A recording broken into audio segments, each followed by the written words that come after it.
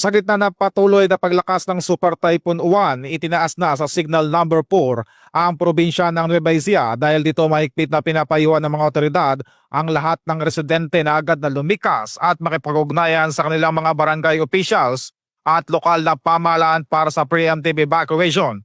Sa pangunan ni Police Colonel Heril Dagit Bruno, Provincial Director ng Nueva Ecija Police Provincial Office, nagpapatuloy ang mahigpit na pagbabantay ng mga pulis sa buong probinsya, katuwang ang Provincial Disaster Risk Reduction and Management Office sa pagkasagawa ng mga hakbang upang matiyak ang kaligtasan ng publiko. Dagdag pa ni Police Colonel Bruno, lahat ng unit ng PNP sa Nueva Ecija ay nanatiling alerto upang tumulong sa mga pamilyang lilikas patungo sa mga itinilagang ligtas na evacuation centers.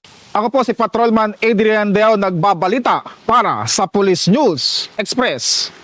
Hey.